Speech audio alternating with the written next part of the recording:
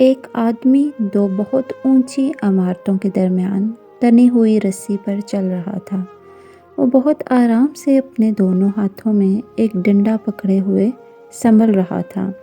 اس کے کاندھے پر اس کا بیٹا بیٹھا تھا۔ زمین پر کھڑے تمام لوگ دم سادے کھڑے یک ٹک اسے دیکھ رہے تھے۔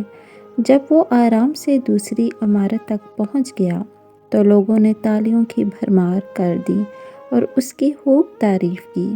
اس نے لوگوں کو مسکرا کر دیکھا اور بولا، کیا آپ لوگوں کو یقین ہے میں واپس اسی رسی پر چلتا ہوا دوسری طرف پہنچ جاؤں گا؟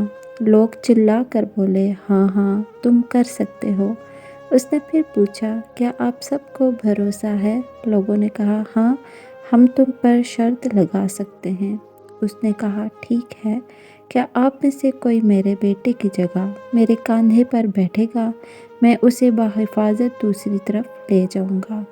اس کی بات سن کر سب کو سکتہ سا ہو گیا۔ سب خاموش ہو گئے۔ یقین الگ چیز ہے، بھروسہ الگ۔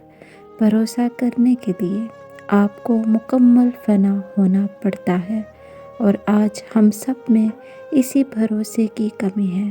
ہم اللہ تعالیٰ پر یقین تو رکھتے ہیں لیکن بھروسہ نہیں کرتے۔